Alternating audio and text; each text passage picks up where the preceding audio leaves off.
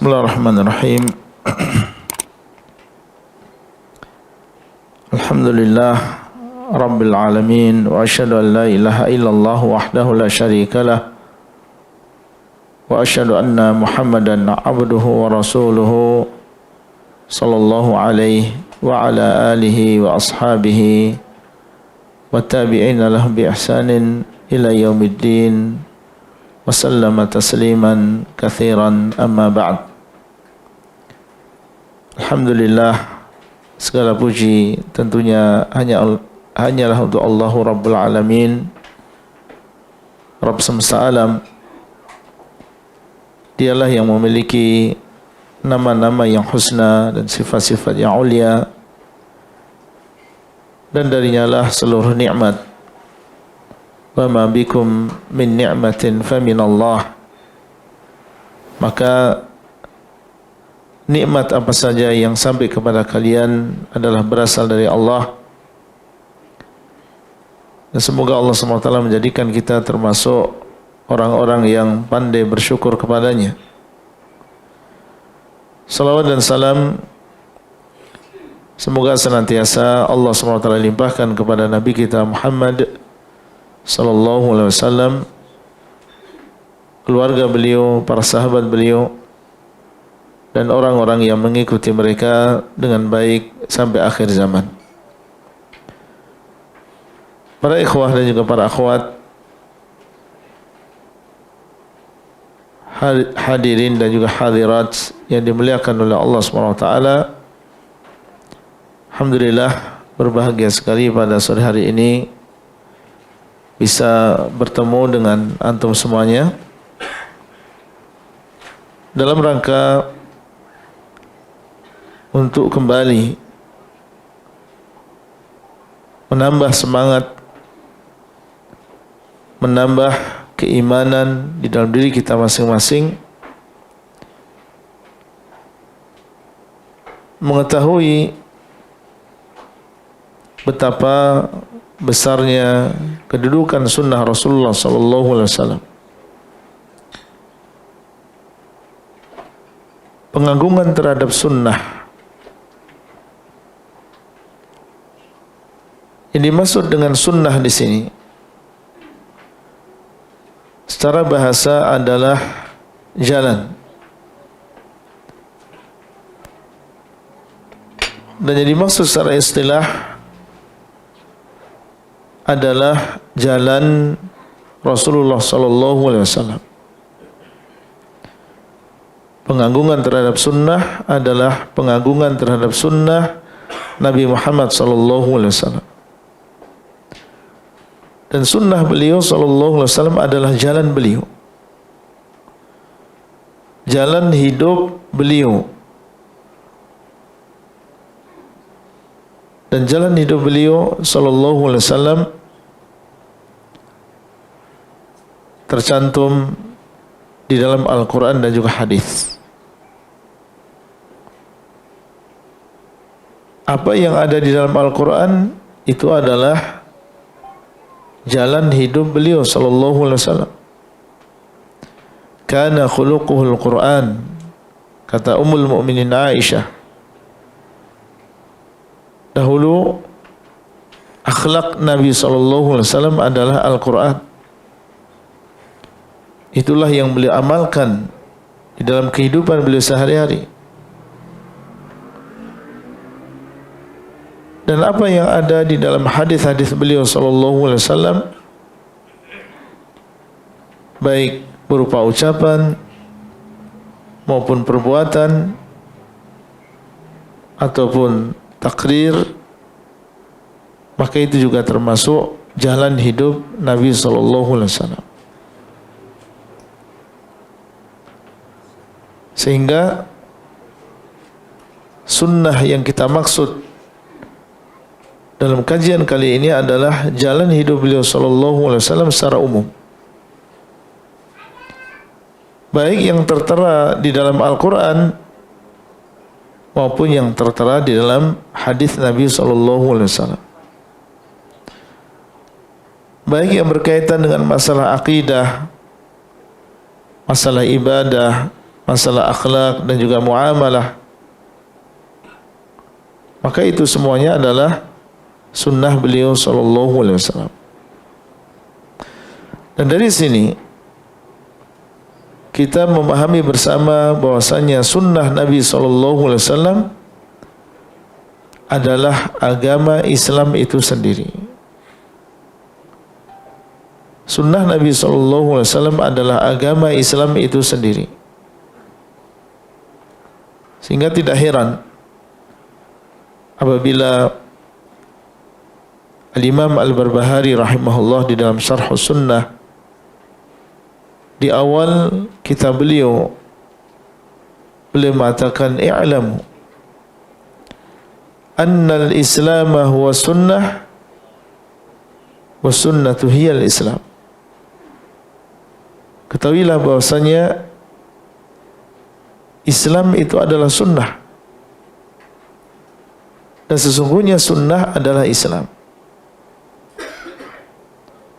Sehingga kalau kita katakan ayo kita kembali kepada sunnah, maksudnya adalah mari kita kembali kepada Islam yang murni yang dibawa oleh Nabi Muhammad sallallahu alaihi wasallam. Fulan berusaha untuk berpegang teguh dengan sunnah, maksudnya fulan berusaha untuk melaksanakan, mengamalkan Islam yang murni yang dibawa oleh Nabi kita Muhammad sallallahu alaihi wasallam. Itulah yang dimaksud dengan sunnah. Jadi perlu kita sampaikan di sini karena para ulama ketika mereka menggunakan istilah sunnah maknanya terkadang hadis. Seperti misalnya mengatakan masalah ini dalilnya dari Al-Quran dan Sunnah. Sunnah di sini maknanya apa? Hadis. Dan terkadang mereka menggunakan kata sunnah dan maksudnya adalah Islam ini secara keseluruhan. Nah, kita ingin menjelaskan, memberikan gambaran terlebih dahulu bahwasanya yang kita maksud dengan sunnah dalam kajian kita pengagungan terhadap sunnah adalah Islam secara keseluruhan yang tercantum di dalam Al-Quran maupun hadis yang berupa akidah, ibadah maupun berupa akhlak, seluruh perkara yang ada di dalam agama ini.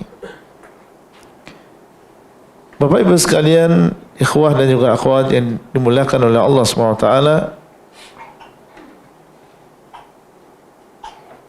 dari sini kita mengetahui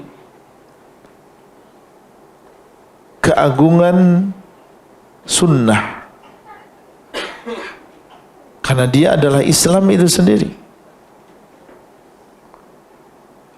Dan Allah SWT mengatakan inna ad-dina indallahil Islam, sesungguhnya agama yang benar di sisi Allah adalah Islam.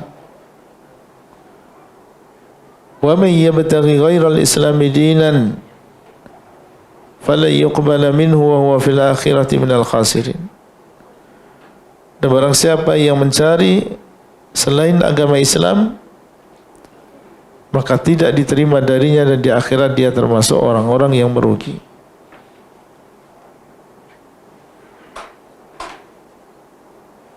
Sunnah adalah sesuatu yang agung, itu adalah wahyu. Al-Quran adalah kalamullah dan dia adalah wahyu. Dan hadis Nabi SAW adalah juga termasuk wahyu. Sebagaimana Al-Quran. Dan Nabi SAW mengatakan, ala inni utitul kitaba wa mithlahu ma'ah. Ketahuilah bahwasanya aku telah diberikan Al-Quran dan yang semisalnya bersamanya, yaitu hadis-hadis Nabi SAW.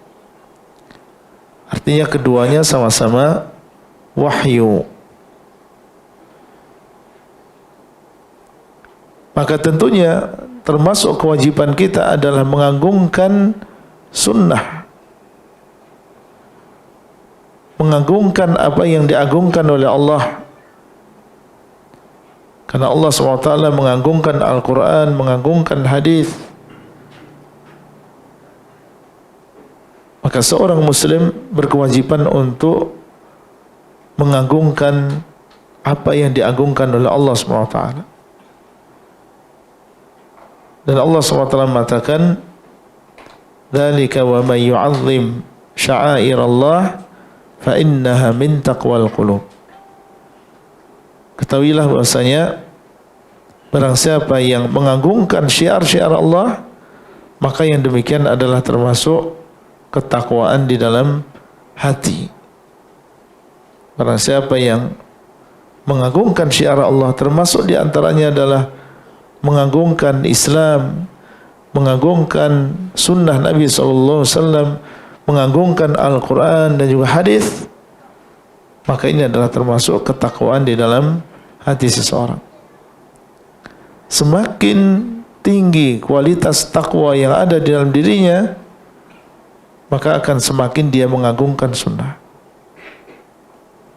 Tapi semakin tipis, semakin rendah ketakwaan seseorang di dalam hatinya, maka akan semakin rendah pula pengagungan dia terhadap sunnah Nabi SAW. Bapak Ibu sekalian, cara dan bentuk pengagungan kita terhadap sunnah Nabi SAW di antaranya,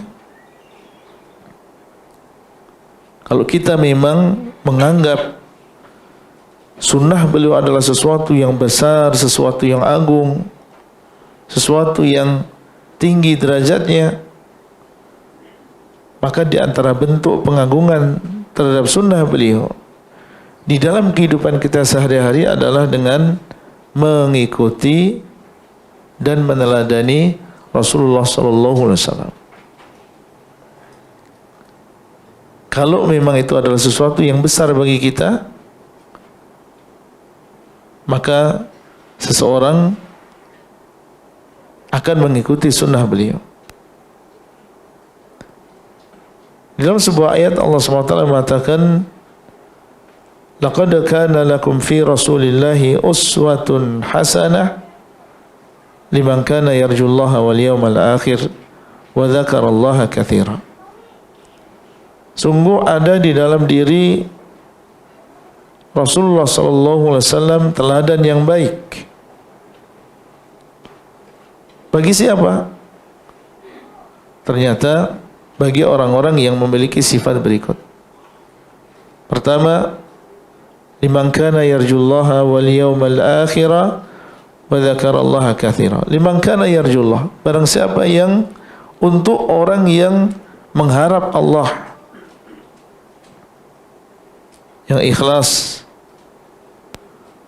fokus mengharap Allah SWT, mengharapkan pahalanya, maka dia akan berusaha untuk mengikuti Rasulullah SAW. Yang kedua, wal yawmal akhir, dan orang yang berharap kepada hari akhir, mengharap pahala yang besar di sisi Allah di hari kiamat kelak. Bukan hanya orang yang hanya menginginkan kehidupan dunia. Orang yang ikhlas karena Allah, orang yang menginginkan pahala di hari akhir, maka dia akan berusaha untuk mengikuti sunnah Nabi SAW. Karena inilah orang yang akan selamat.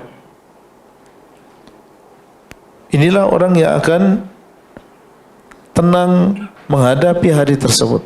Ketika dia di dunia diutus Nabi Muhammad SAW, kemudian dia mengikuti sunnah beliau.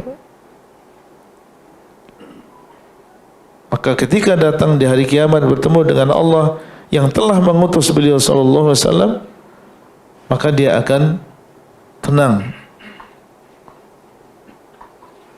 Kemudian yang ketiga, wa dzakarallaha katsira, dan dia adalah orang yang mengingat Allah SWT dengan mengingat yang banyak. Dahulu para sahabat Nabi SAW, mereka berusaha untuk meniru, meneladani, mencontoh. Beliau ke kiri ikut ke kiri, beliau ke kanan ikut ke kanan. Tertanam, terpatri dalam diri mereka, beliau ini sudah dijadikan qudwah, dijadikan uswah untuk kita semuanya. Jadi mereka melihat terus apa yang dilakukan oleh Nabi SAW di siang hari, di malam hari, ketika berjalan, ketika di masjid, sebelum sholat, setelah sholat, dilihat terus. Ingin apa? Ingin mencontoh. Meskipun terkadang mereka tidak tahu apa hikmahnya, tapi mereka sudah punya kaidah, ini adalah contoh bagi saya. Memang diutus beliau sallallahu alaihi wasallam untuk menjadi teladan bagi saya. Meskipun tidak tahu apa hikmah di balik itu semuanya. Diceritakan oleh Abu Sa'id Al-Khudri bahwasanya suatu saat Rasulullah sallallahu alaihi wasallam salat bersama para sahabatnya. Jadi imam. Ketika jadi imam, tiba-tiba beliau melepaskan kedua sendalnya. Dan saat itu kita tahu Masjid Nabawi masih berupa tanah ya. Masih berupa tanah, kemudian ada atap. Separuh ada atapnya karena di situ ada untuk orang sholat, separuhnya lagi masjidnya terbuka. Ya, matahari bisa masuk dengan leluasa. Beliau sholat dengan menggunakan sendal beliau. Para sahabat pun ikut menggunakan sendal mereka. Apa yang dilihat oleh mereka? Nabi SAW sholat dengan sendal, maka mereka pun sholat dengan sendal. Di dalam sholat, tiba-tiba beliau meletakkan kedua sendalnya di sebelah kiri beliau. Ketika para sahabat melihat yang demikian, akhirnya mereka pun semuanya melepaskan kedua sendalnya. Masuk di dalam sholat dalam keadaan memakai sendal. Nabi SAW melepas, akhirnya mereka pun juga ikut melepas. Nggak boleh berbicara ya. Loh, kenapa ini? Nggak boleh, karena dalam keadaan apa? Dalam keadaan sholat. Nah, ketika Rasulullah SAW beliau selesai sholat, maka beliau bertanya, ma hamalakum ala ilqa'i ni'alikum? Apa yang menjadi alasan kalian ikut melepaskan sendal-sendal kalian? Qalu, lihat jawaban para sahabat radhiyallahu ta'ala anhum. Ra'ainaka alqaitana 'alaik fa alqaina ni'alana.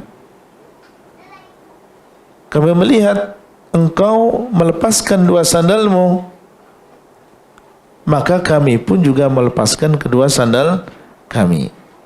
Hanya sekedar melihat beliau melepas, mereka pun juga ikut melepas. Maka Nabi SAW menjelaskan, ternyata apa yang beliau lakukan itu ada alasannya, dan belum tentu alasan itu ada pada para makmumin. Beliau mengatakan, inna Jibrila atani fa akhbarani anna fihi ma qadaran atau qala adan. Baru saja Jibril datang kepadaku di dalam salat dan mengabarkan kepadaku bahwasanya di kedua sandal beliau itu ada kotoran, maksudnya adalah najis. Kotoran yang najis. Maka beliau pun melepas kedua sandalnya, karena orang yang sholat tidak boleh dia memakai pakaian yang najis. Dan itu belum tentu ada di sandalnya para sahabat radhiyallahu ta'ala anhum. Yang masih bersih, yang masih suci, ya terus saja. Kemudian beliau sallallahu alaihi wasallam mengatakan, "Idza jaa ahadukum ilal masjid falyanzur."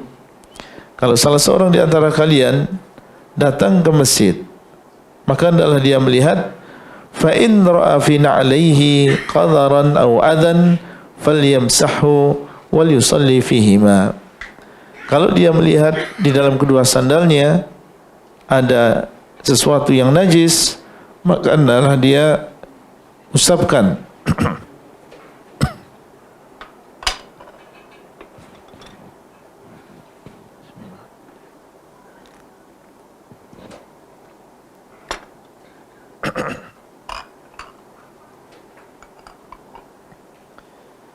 Maka hendaklah dia usap, itu dibersihkan.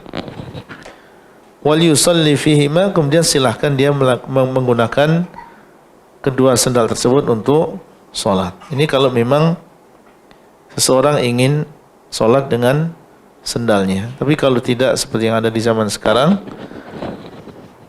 lantai sudah bersih dan sudah disediakan di sana tempat-tempat sandal dan juga sepatu, bahkan berkarpet dan seterusnya, maka tentunya seandainya di kotoran atau di sandal tersebut ada sesuatu yang najis, kemudian kita lepas dan kita masuk dalam keadaan tidak membawa najis tersebut, tidak masalah. Syahidnya di sini adalah bagaimana para sahabat radhiyallahu taala anhum dahulu mereka mengikuti sunnah Nabi sallallahu alaihi wasallam, meniru beliau. Abu Bakar As-Siddiq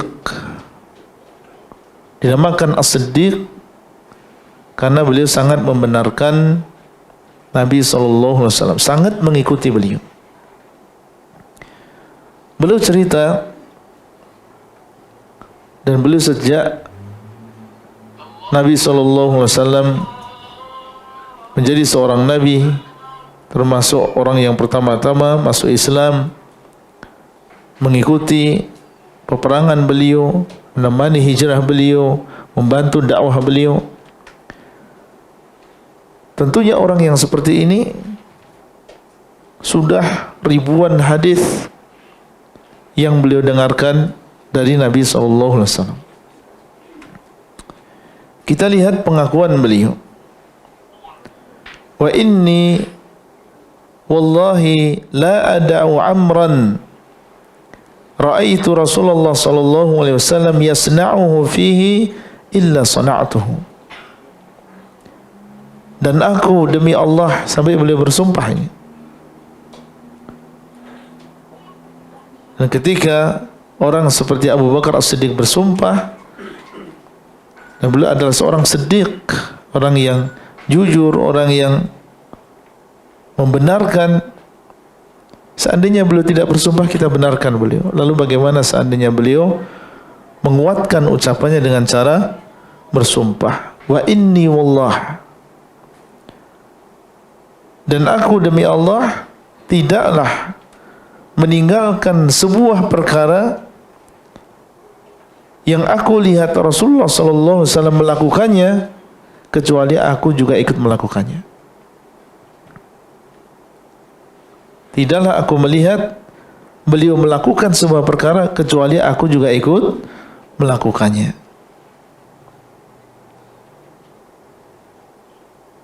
Dan betapa banyak hadis yang sudah beliau dengar atau perilaku yang sudah dilakukan oleh Nabi sallallahu alaihi wasallam yang beliau lihat. Beliau mengatakan, tidaklah beliau melakukan sesuatu kecuali saya sudah melakukannya. Beliau berinfak, Abu Bakar juga berinfak, Nabi SAW melakukan salat, beliau juga melakukan salat tahajud misalnya, beliau melakukan salat duha, beliau juga ikut melakukan salat duha. Berusaha apa yang dilakukan oleh Nabi SAW maka beliau lakukan. Wa fi riwayatin, di dalam sebuah riwayat yang lain, inni akhsha in taraktu syai'an min amrihi an azira. Aku khawatir, aku takut seandainya ada sesuatu yang aku tinggalkan dari sunnah beliau. Melihat beliau sallallahu alaihi wasallam melakukan sesuatu kok saya tinggalkan, khawatir aku nanti akan menyimpang. Dijaga betul. Khawatir kalau membiasakan satu perkara ditinggalkan, ini ditinggalkan, ini diselisihi, mengkhawatirkan keimanan dirinya sendiri, lama-kelamaan dia akan menyimpang dari jalan yang lurus. Sehingga beliau pun berusaha untuk meneladani Rasulullah sallallahu alaihi wasallam. Satu di antara kisah beliau radhiyallahu taala anhu, Nabi sallallahu alaihi wasallam sebelum beliau meninggal dunia, di akhir hayat beliau sempat beliau berniat di dalam hatinya untuk mengirim sebuah pasukan perang melawan orang-orang Romawi, dan dipimpin pasukan perang tersebut oleh Usamah bin Zaid. Dan saat itu umur Usamah masih 15 tahun.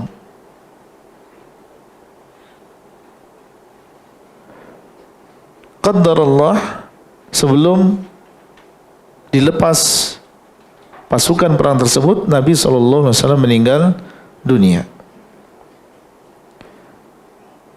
Jadilah Abu Bakar As-Siddiq radhiyallahu ta'ala anhu sebagai khalifah. Dan beliau tahu bahwasanya pasukan Usamah telah diresmikan oleh Nabi SAW dan sudah akan dilepas oleh beliau SAW, tapi ternyata beliau SAW meninggal dunia. Setelah meninggalnya Nabi SAW, terdengar kabar ada sebagian orang murtad dari agama Islam dan mereka akan menyerang kota Madinah. Orang-orang Arab Badui yang memang keimanan mereka lemah. Terdengar kabar ini di antara para sahabat Nabi SAW. Mereka pun bersiap-siap. Kalau sampai mereka datang menyerang, maka mereka pun harus sudah siap menjaga kota Madinah. Di saat itu Abu Bakar As-Siddiq, beliau memiliki keputusan akan tetap mengirim pasukan Usamah bin Zaid yang sudah diresmikan oleh Nabi SAW. Para sahabat ada di antara mereka yang tidak setuju. Kita sedang mengkhawatirkan keadaan kita di kota Madinah yang merupakan ibu kota negara Islam. Kita harus menjaga kota Madinah. Kita membutuhkan pasukan perang seperti Usamah dan orang-orang yang bersamanya. Bagaimana kita membiarkan mereka keluar dari kota Madinah sementara kita membutuhkan pasukan perang ini? Abu Bakar As-Siddiq radhiyallahu ta'ala anhu ketika mendengar ucapan sebagian sahabat, dengan yakinnya beliau mengatakan, demi Allah, saya akan mengutus orang yang sudah diresmikan oleh Nabi SAW untuk diutus berperang melawan orang-orang Romawi.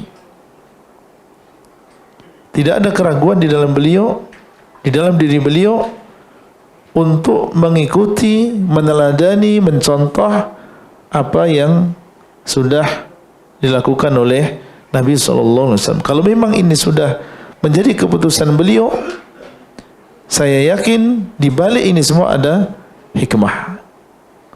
Saya yakin di balik ini semua ada keuntungan, ada kemenangan. Karena ini sudah menjadi kaidah beliau dari awal, dan beliau sudah melihat, berpengalaman setiap kali mengikuti sunnah Nabi sallallahu alaihi wasallam yang ada adalah keberuntungan, kesuksesan, ketentraman hidup. Maka saat ini beliau pun tidak akan meninggalkan sunnah beliau sallallahu alaihi wasallam itu. Meskipun ada di antara sahabat yang tidak setuju, dan mungkin banyak di antara mereka yang tidak setuju, karena melihat keadaan kota Madinah saat itu. Tapi dengan tegasnya beliau mengatakan, demi Allah saya akan utus mereka. Apa yang sudah dilantik, diresmikan oleh Nabi SAW tidak akan saya batalkan. Dilepaslah Usamah bin Zaid dan juga pasukannya.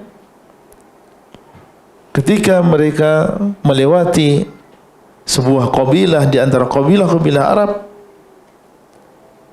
Allah SWT tancapkan di dalam diri orang-orang Arab Badui tadi persangkaan, dan mereka mengatakan tidaklah Abu Bakar As-Siddiq melepas pasukan sebesar ini kecuali mereka memiliki pasukan yang semisal di kota Madinah. Tidak mungkin dia berani melepas pasukan sebesar ini kecuali dia sudah mempersiapkan pasukan yang semisal atau lebih besar di kota Madinah.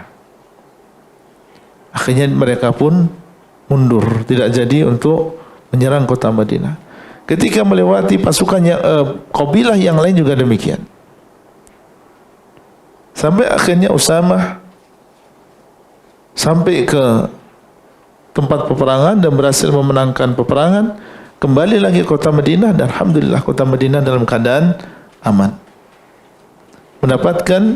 Kaum muslimin mendapatkan dua kejayaan, keberuntungan. Yang pertama mereka menang perang, dan yang kedua kota Madinah tetap dalam keadaan aman. Kenapa? Mengikuti sunnah Nabi SAW.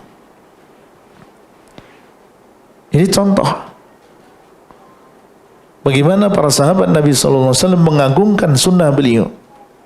Kalau memang itu adalah sunnah Nabi SAW, mereka ikuti, mereka teladani, meskipun mereka tidak mengetahui hikmah yang terjadi di belakang itu. Contoh yang lain, Umar bin Khattab radhiyallahu ta'ala anhu. Beliau dalam keadaan tawaf mencium Hajar Aswad, datang melewati Hajar Aswad, kemudian mencium Hajar Aswad, kemudian dengan suara yang keras, karena beliau saat itu menjadi seorang khalifah, kaum muslimin melihat bagaimana cara beliau tawaf. Beliau mencium Hajar Aswad dan mengatakan, inni a'lamu annaka hajar. Aku tahu bahwasanya engkau adalah batu. La tadur wa la tanfa'. Engkau tidak bisa memberikan mudarat dan juga tidak bisa memberikan manfaat. Walaula anni ra'aitu Rasulullah sallallahu alaihi wasallam yuqabbiluk ma qabbaltuk. Kalau bukan karena aku melihat Rasulullah sallallahu alaihi wasallam menciummu dahulu, niscaya aku tidak akan menciummu. Jadi beliau dan juga para sahabat melihat bagaimana Rasulullah SAW tawaf, kok beliau mencium Hajar Aswad. Akhirnya pas tawaf pun mereka juga ikut mencium Hajar Aswad. Itu saja. Nah, ini beberapa contoh di antara pengagungan para sahabat radhiyallahu ta'ala anhum terhadap sunnah Nabi SAW. Berarti yang pertama apa? Mengikuti dan juga meneladani beliau SAW, meskipun terkadang kita tidak memahami hikmahnya. Jelas disitulah ada keberuntungan, ada kesuksesan. Yang kedua, di antara bentuk mengagungkan sunnah beliau SAW adalah dengan mentaati beliau. Mentaati beliau di dalam perintah dan juga larangannya. Kalau beliau memerintahkan, maka di antara bentuk pengagungan kita terhadap ucapan beliau dan juga perintah beliau, ya kita laksanakan perintah tersebut. Ketika beliau melarang, maka di antara bentuk pengagungan kita terhadap sunnah beliau adalah meninggalkan larangan beliau sallallahu alaihi wasallam. Ini adalah termasuk pengagungan terhadap sunnah Nabi sallallahu alaihi wasallam, yaitu mentaati beliau di dalam perintah dan juga larangan. Bapak Ibu sekalian, ada satu perintah yang sama misalnya, tapi kalau yang memerintahkan berbeda, yang satunya adalah orang yang sangat kita hormati, yang sangat kita muliakan, sementara yang satunya biasa-biasa saja, maka tentunya sikap kita akan berbeda. Contoh misalnya orang tua misalnya menyuruh kita untuk pulang. Kita dalam keadaan sedang ada keperluan, ditelepon sama ibu atau sama ayah, "Mas, pulang dulu," misalnya. Siapa yang menyuruh? Ayah atau ibu, dan mereka adalah orang yang sangat kita hormati, sangat kita muliakan. Maka kita akan berpikir dan tahu bahwasanya ini adalah perintah dari seorang yang kita agungkan, yang kita muliakan. Segera kita bergegas pulang untuk mengikuti perintah dari ayah dan juga ibu kita. Tapi kalau yang telepon orang lain misalnya, anak kita misalnya, kemudian dia meminta kita, "Pak, ya segera pulang ya," misalnya. Tentunya kita mencintai anak kita, akan tapi kita melihat dua perintah yang sama ini, karena yang memerintahkan berbeda kedudukannya, kita pun juga akan bersikap berbeda. Tidak akan kita samakan antara perintah orang tua dengan selain orang tua kita. Padahal perintahnya mungkin apa? Sama. Nah, Nabi SAW tentunya beliau adalah orang yang paling kita cintai, manusia yang paling kita agungkan. Ketika datang perintah tersebut adalah dari beliau, tentunya kita tidak akan menyamakan dengan perintah yang datang dari selain beliau sallallahu alaihi wasallam. Larangan yang berasal dari beliau tentunya tidak akan kita samakan dengan larangan yang berasal dari selain beliau sallallahu alaihi wasallam. Akan kita agungkan. Ini adalah perintah Nabi. Kalau dengan orang tua saja kita akan mengagungkan perintah tersebut, nak pulang, nak pergi, nak belikan. Tentunya harusnya pengagungan kita terhadap perintah Nabi SAW harus lebih besar. Kalau orang tua kita melarang, "Jangan kamu kerja hari ini," itu adalah sesuatu yang harus kita perhatikan. Maka tentunya ketika yang melarang adalah Nabi kita Muhammad SAW, harus lebih kita perhatikan. Karena Nabi SAW mengatakan, "La yu'minu ahadukum hatta akuna ahabba ilaihi min walidihi wa waladihi wan nasi ajma'in." Tidak beriman salah seorang di antara kalian sampai aku lebih dia cintai daripada orang tuanya, anaknya, dan seluruh manusia. Sehingga seharusnya memang kita mengagungkan sunnah Nabi SAW.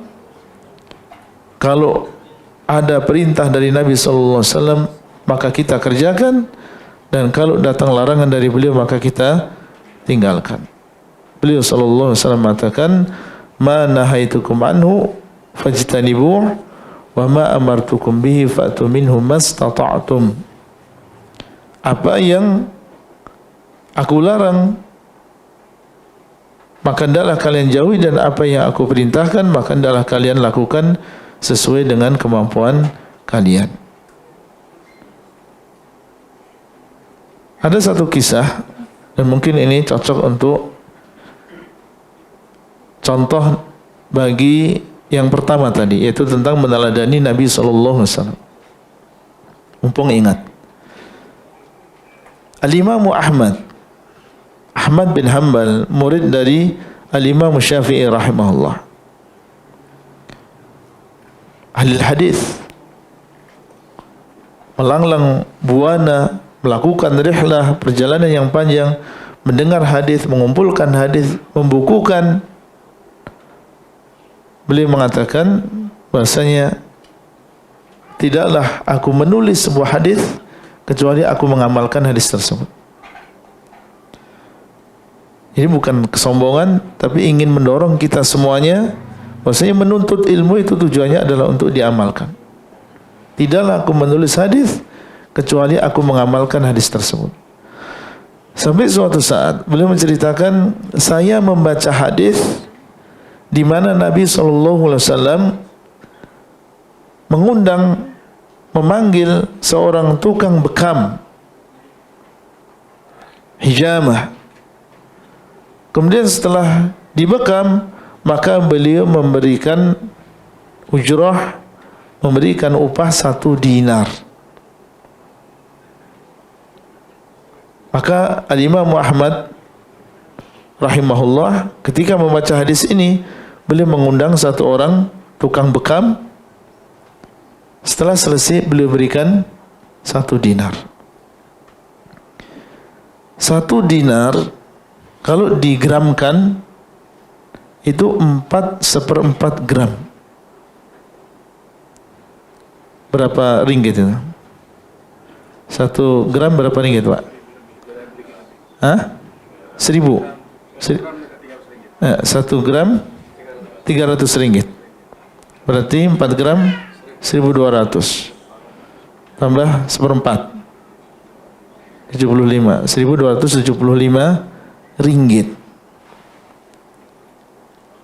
Dibayarkan oleh Nabi sallallahu alaihi wasallam untuk tukang bekam tersebut.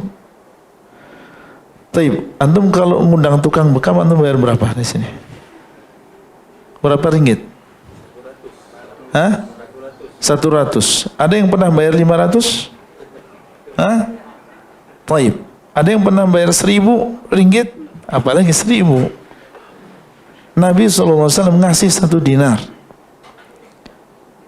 Al-Imam Ahmad, karena tahu ini adalah sunnah, pernah dilakukan oleh Nabi SAW, beliau nggak ingin mencari hadis kok terus ditinggalkan, nggak diamalkan. Beliau keluarkan 1 dinar demi untuk mengamalkan apa? Hadis Nabi SAW. Antum mungkin suatu saat sekali-kali lah ya. Siapa yang siap jadi tukang bekamnya nih? Dapat 1200 ringgit, Pak. Nah, ini contoh saja bagaimana semangat para salaf dahulu, mereka mengagungkan sunnah Nabi SAW. Meskipun hanya sekali kita mengamalkan, maka diharapkan kita termasuk orang yang sudah mengamalkan sunnah tersebut. Di antara bentuk pengagungan mereka, tadi menjalankan perintah beliau, menjauhi larangan beliau. Dan perintah beliau banyak. Ada yang berkaitan dengan ibadah mahdhah, salat 5 waktu, salat berjamaah. Ada perintah yang hukumnya wajib, ada perintah yang hukumnya sunnah. Larangan ada yang sampai diharamkan, ada yang sifatnya makruh. Ada yang berkaitan dengan makanan, ada yang berkaitan dengan akhlak. maka seseorang memperhatikan perintah dan juga larangan Nabi SAW. Kemudian yang ketiga, di antara bentuk pengagungan kita terhadap sunnah beliau SAW adalah mendahulukan sunnah beliau di atas selain sunnah beliau SAW. Mendahulukan, karena terkadang di dalam kehidupan kita sehari-hari banyak perkara-perkara yang bertentangan dengan sunnah Nabi SAW. Baca hadisnya demikian, tapi yang dipraktikkan dalam kehidupan sehari-hari kok demikian. Baca hadisnya demikian, tapi ucapan guru saya kok demikian. Nah, termasuk pengagungan kita terhadap sunnah adalah kita mendahulukan sunnah Nabi SAW di atas ucapan siapapun. Ini bentuk pengagungan. Dalam sebuah ayat Allah SWT mengatakan, ya ayyuhalladzina amanu la tuqaddimu baina yadayillahi wa rasulih. Wahai orang-orang yang beriman, janganlah kalian mendahului Allah dan juga Rasulnya. La, janganlah mendahulukan selain ucapan Allah dan juga Rasulnya atas ucapan Allah dan juga Rasulnya. Ini bentuk pengagungan kita terhadap sunnah Nabi SAW. Kita dalam kehidupan sehari-hari, orang tua menginginkan sesuatu, anak menginginkan sesuatu, bertentangan. Mana yang kita dahulukan? Keinginan orang tua. Kenapa? Karena kita lebih mengagungkan ucapan beliau daripada ucapan anak kita. Nah, siapa yang lebih agung ucapannya daripada ucapan Rasulullah SAW di antara ucapan manusia? Maka kalau sampai bertentangan, ya kita dahulukan ucapan beliau. Al-Imam Syafi'i rahimahullah beliau mengatakan, ajma'al muslimuna ala anna man istabanat lahu sunnah min Rasulillah sallallahu alaihi wasallam la yahillu lahu ay yada'aha liqauli ahad kainan man kan. Kaum muslimin mereka bersepakat, berijma' bahwasanya barang siapa yang sudah jelas baginya sunnah Rasulullah sallallahu alaihi wasallam, kalau sudah tahu, sudah baca, sudah paham, maka tidak boleh dan tidak halal baginya meninggalkan sunnah tersebut karena ucapan seseorang yang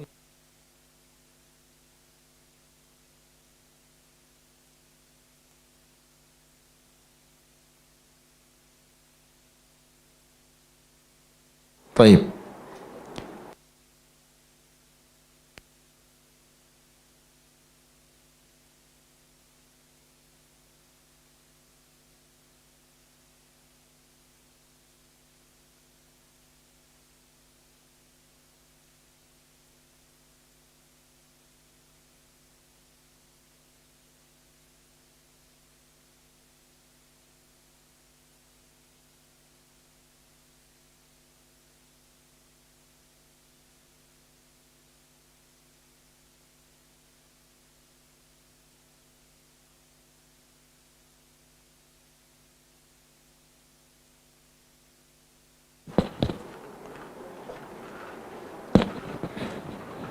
Baik. Beliau mengatakan rahimahullah, kaum muslimin telah bersepakat. Ini bukan hanya mazhab Syafi'i saja, kaum muslimin seluruhnya, bahwasanya orang yang sudah jelas baginya sunnah Rasulullah sallallahu alaihi wasallam tidak halal, artinya tidak halal, haram hukumnya. Haram hukumnya meninggalkan ucapan Nabi sallallahu alaihi wasallam dan sunnah beliau karena ucapan seseorang. Mungkin bertentangan dengan ucapan ustadznya, maka yang dia dahulukan harus ucapan Rasulullah sallallahu alaihi wasallam. Mungkin bertentangan dengan budaya yang ada di daerahnya, maka yang dia harus dahulukan adalah sunnah Nabi SAW. Abdullah bin Abbas, suatu saat beliau mengatakan Nabi SAW beliau bertamattu, dan beliau SAW ketika beliau melakukan haji wada', beliau melakukan saat itu haji qiran. Dan haji qiran ini termasuk, ada yang mengatakan secara bahasa dia termasuk tamattu'. Kenapa demikian? Karena sekali berangkat dia langsung melakukan haji dan juga umrah, dua amalan sekaligus. Dan ini adalah sebuah mut'ah, sebuah kenikmatan. Nah, ada seseorang dia mengatakan, tapi Abu Bakar dan Umar melarang untuk bertamattu'. Abdullah bin Abbas saat itu berpendapat haji tamattu' ini itulah yang diutamakan, itulah yang afdal. Ada orang yang mengatakan Abu Bakar dan Umar melarang untuk bertamattu'. Dan saat itu Abu Bakar dan Umar beliau beristihad. Kenapa keduanya melarang untuk bertamattu'? Kenapa dilarang untuk dalam satu safar melakukan haji dan umrah sekaligus? Karena beliau ingin supaya Ka'bah ini senantiasa ramai setiap tahunnya, sepanjang tahun. Karena kalau seseorang sudah menjamak antara haji dan umrah dalam satu safar, nanti tidak ke situ lagi karena sudah melakukan umrah bersama hajinya. Jadi haji, umrah dan haji, setelah itu ya dia pulang ke negaranya, tidak umrah-umrah lagi. Sehingga saat itu Abu Bakar dan Umar berijtihad, kaum muslimin dilarang untuk melakukan haji tamattu'. Alasannya adalah supaya nanti kota Mekah ini senantiasa ramai dikunjungi oleh manusia yang melakukan umrah. Nah, Abdullah bin Abbas saat itu berpendapat tetap bertamattu'. Nabi SAW beliau bertamattu' dan maksudnya adalah qiran, dan beliau berniat tahun depan seandainya beliau masih hidup, beliau ingin melakukan tamattu'. Berarti Abdullah bin Abbas saat itu ingin melaksanakan sunnah Nabi SAW, yaitu melakukan tamattu'. Nah, ketika orang ini mengatakan, tapi kan Abu Bakar As-Siddiq dan Umar melarang, maka Abdullah bin Abbas mengatakan, yushiku ayyanjila alaikum hijaratun minas sama' aqulu qala Rasulullah sallallahu alaihi wasallam wa taquluna qala Abu Bakar wa Umar. Hampir-hampir turun kepada kalian hujan batu dari langit.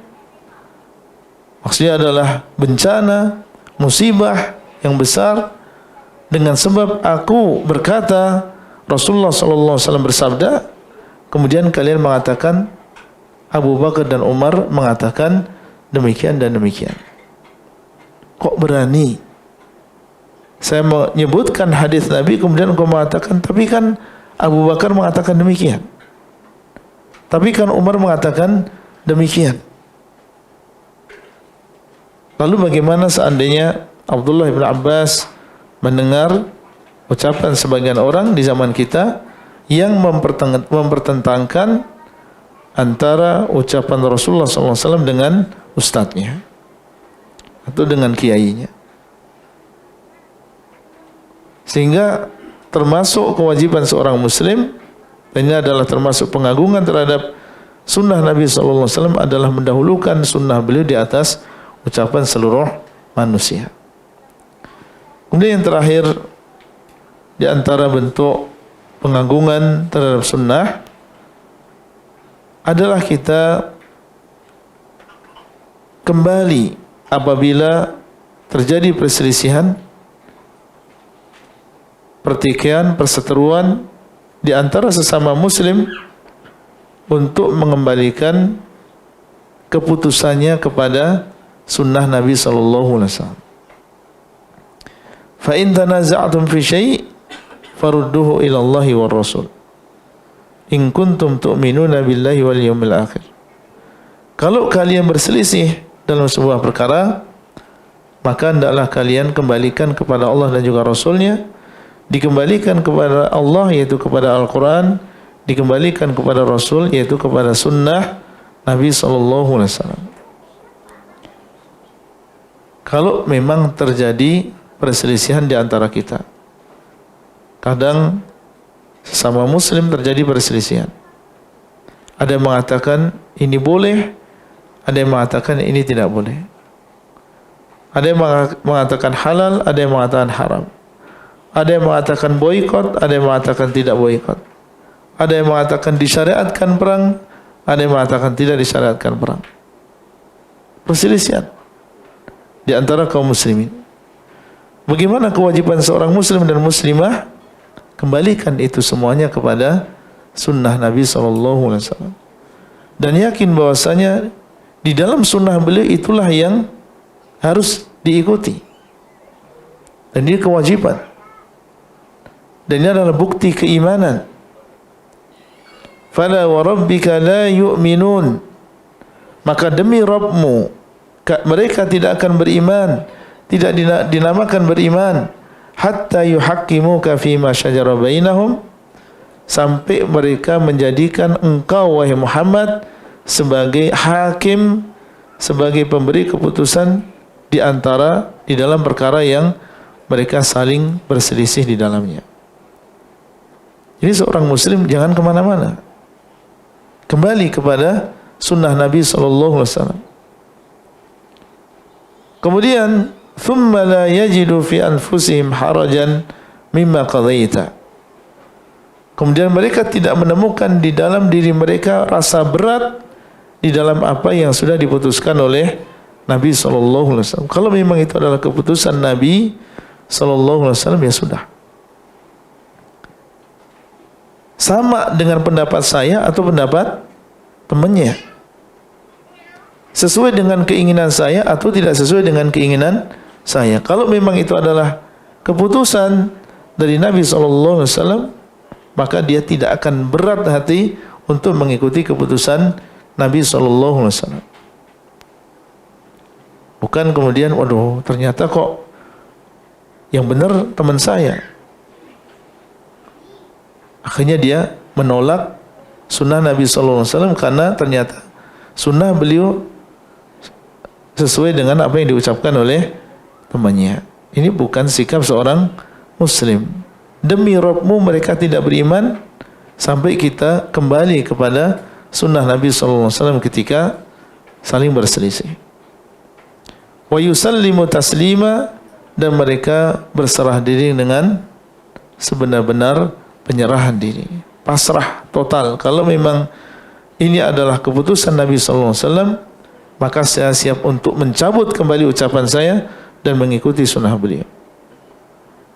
Tidak ada kata aduh malu, berat, atau khawatir dikatakan pelin-pelan, tidak. Kalau memang saya salah, saya salah. Dan tidak mengikuti perasaan,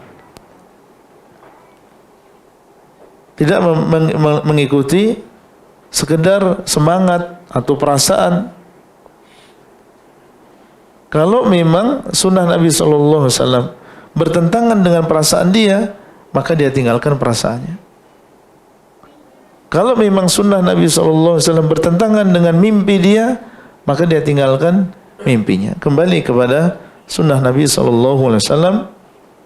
Ini adalah beberapa poin yang penting yang menunjukkan tentang pengagungan seorang muslim dan juga muslimah terhadap sunnah Rasulullah SAW.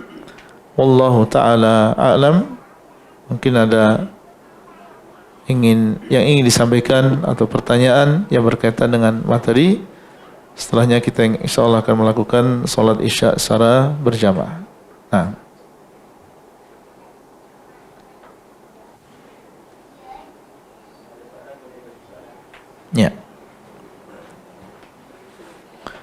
Yang bertanya dapat hadiah insyaallah ya.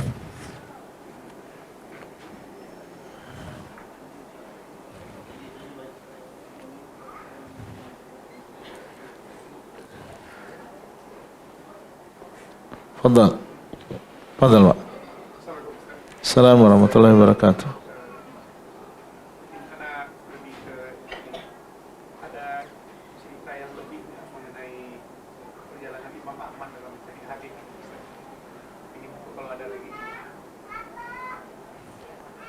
Kisah yang lain.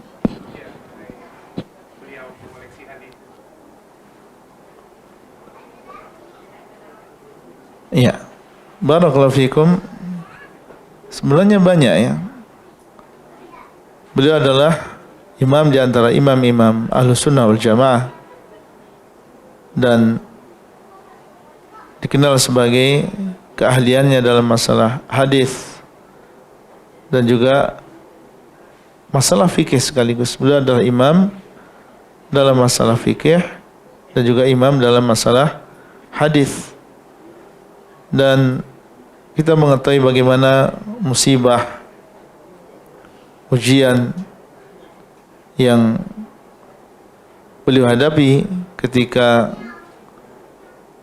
menjadi seorang imam di antara imam-imam Ahlus Sunnah, khususnya ketika di zaman beberapa khalifah yang mereka terpengaruh dengan aliran Mu'tazilah. Bahkan di sana ada kitab yang khusus yang menyebutkan di situ manaqib, keutamaan-keutamaan sirah biografi yang dimiliki oleh Al-Imam Ahmad bin Hanbal. Ya, tapi mungkin saat ini tidak bisa kita sebutkan ya beberapa kisah beliau khususnya ketika beliau menuntut ilmu agama. Bisa nanti kembali ke tulisan-tulisan yang secara khusus ditulis secara singkat tentang biografi beliau, khususnya ketika beliau mencari ilmu hadis. Nah, barakallahu fiik. Hadiahnya, Pak. Hadiahnya. Fadhal. Sukses belajar ilmu agama. Mungkin di sini ada jawabannya nanti antum tadi pertanyaannya. Baik, barakallahu fiik. Baik, mungkin ada pertanyaan yang lain? Ya. Ya.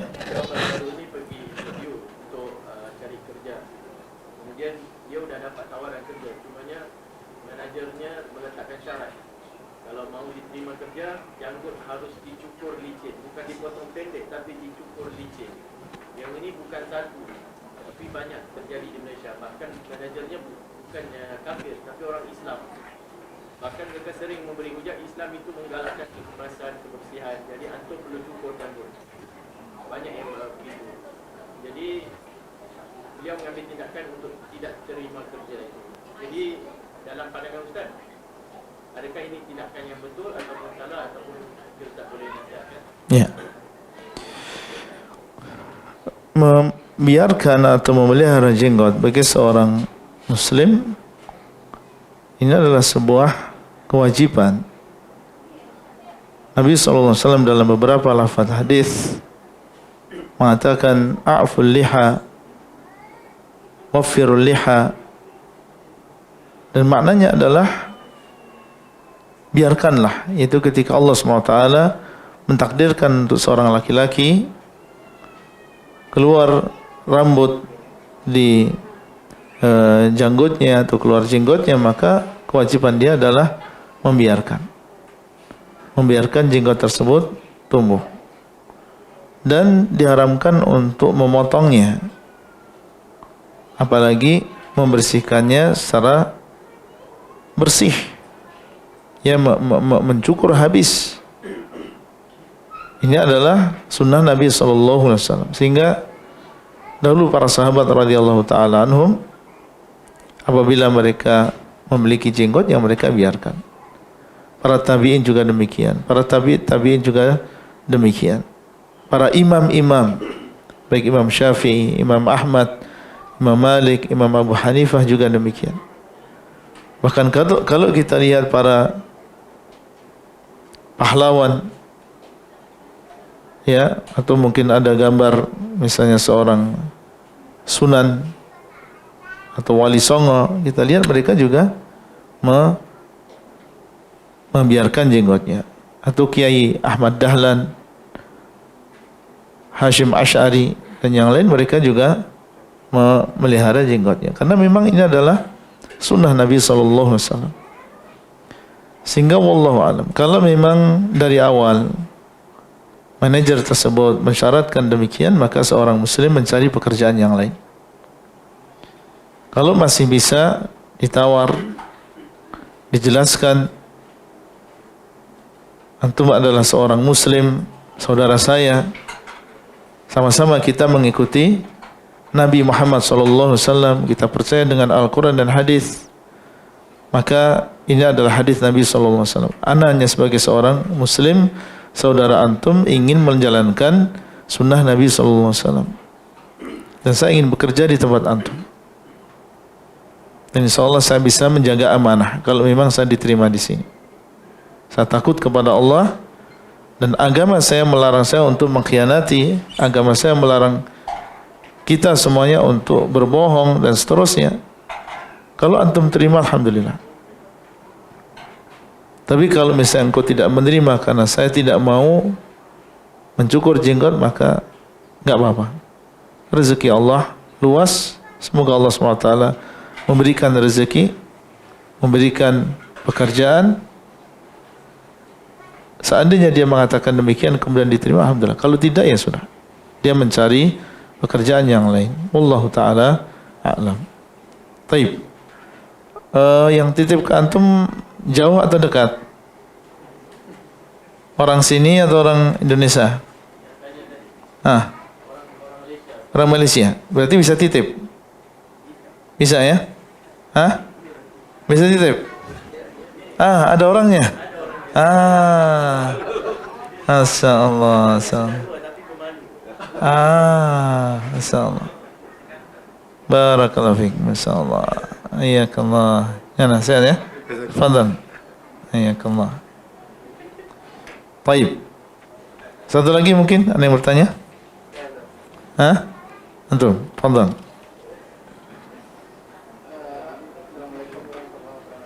Assalamualaikum. Apabila seseorang sudah melakukan atau berusaha untuk melakukan pengagungan terhadap sunnah, Ya.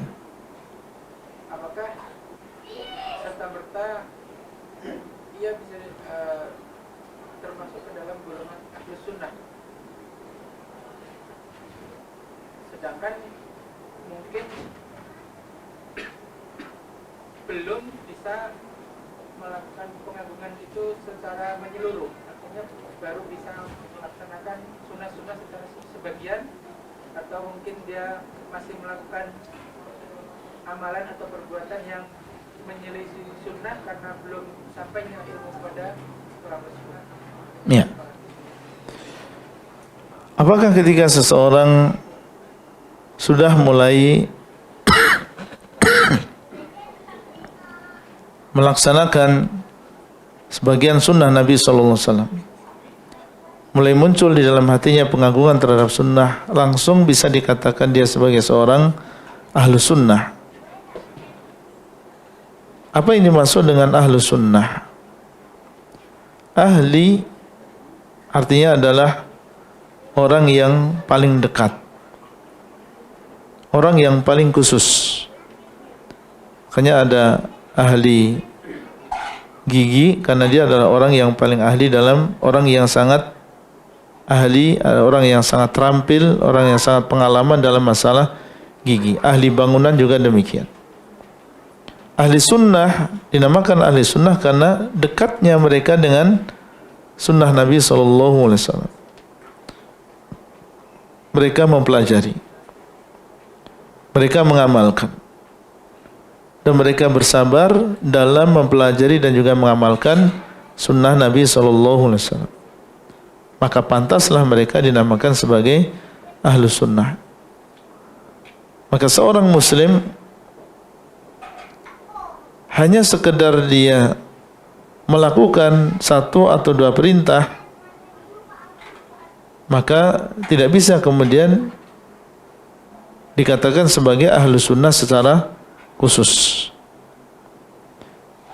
Jadi ahlu sunnah ini ada pengertian umum, ada pengertian khusus. Pengertian umumnya adalah setiap orang yang bukan Syiah itu ahlu sunnah. Setiap orang yang bukan Syiah adalah ahlu sunnah, meskipun dia memiliki bid'ah. Yang penting dia bukan Syiah Rafidhah, maka dia adalah ahlu sunnah. Tapi di sana ada ahlu sunnah secara khusus, maknanya yang tadi kita sampaikan, yaitu orang yang sangat dekat dengan sunnah Nabi SAW. Orang yang paling dekat dengan sunnah Nabi SAW, berusaha untuk mempelajari, mengamalkan, dan mereka menghidupkan sunnah, bersabar dalam mengilmui dan juga mengamalkan sunnah Nabi SAW. Sehingga wallahu alam, apabila seseorang di awal, sebelumnya dia belum terlalu kenal dengan sunnah, dia menjadi seorang muslim biasa seperti yang ada di sekitarnya, kemudian dia mulai tergerak hatinya untuk mengenal sunnah. Kalau sudah ada di dalam hatinya secara umum mengagungkan sunnah Nabi SAW, pokoknya saya dalam kehidupan saya setelah ini, saya akan berpegang teguh dengan Al-Quran dan hadis. Meskipun dia belum membaca banyak hadis, meskipun belum membaca banyak ayat, mungkin masih banyak sunnah-sunnah Nabi yang belum diamalkan karena dia belum tahu. Sekedar dia punya keinginan, setelah ini prinsip kehidupan saya adalah mengikuti Al-Quran dan hadis dengan pemahaman para salaf, maka dia sudah masuk sebagai seorang Ahlus Sunnah wal Jamaah. Kalau dia jujur di dalam ucapannya, maka insya Allah itu akan berlanjut. Setelahnya dia akan berusaha untuk mungkin membeli buku, dia akan bertanya di mana kajian, dia akan bertanya apa yang harus saya pelajari pertama. Tapi sekedar di awal dia tergerak, saya ingin berubah, saya ingin benar-benar mengikuti agama ini, maka insya Allah dia sudah termasuk Ahlus Sunnah wal Jamaah. Baru setelah itu nanti bertambah keimanannya sedikit demi sedikit. Ketika dia mendengar hadis dia amalkan, mendengar Quran dia amalkan, maka akan semakin sempurna ke Ahlus Sunnahan dia. Jadi orang sunnah atau Ahlus Sunnah bertingkat-tingkat ke Ahlus Sunnahannya. Semuanya Ahlus Sunnah. Cuma ada di antara mereka yang tinggi kedudukannya dalam sunnah, ada yang sedang, ada yang rendah. Sebagaimana Islam juga demikian. Ada yang tinggi keislamannya, ada yang sedang, ada yang rendah. Dan tadi sudah kita sebutkan, Islam itu adalah sunnah dan sunnah adalah Islam. Sebagaimana Ahlul Islam bertingkat-tingkat keislamannya, maka demikian pula Ahlus Sunnah juga bertingkat-tingkat kesunnahannya. Wallahu ta'ala a'lam. Fadhal. Baik, sudah jam 9. Mohon maaf mungkin ada beberapa pertanyaan yang belum sempat kita jawab. Jazakumullah khairan atas perhatian antum semuanya. Ya Allah. Wa sallallahu ala nabiyyina Muhammad wa ala alihi wa sahbihi ajma'in. Dan kita tutup dengan kafaratul majlis. Subhanakallahumma wa bihamdik asyhadu an la ilaha illa anta astaghfiruka wa atubu ilaik.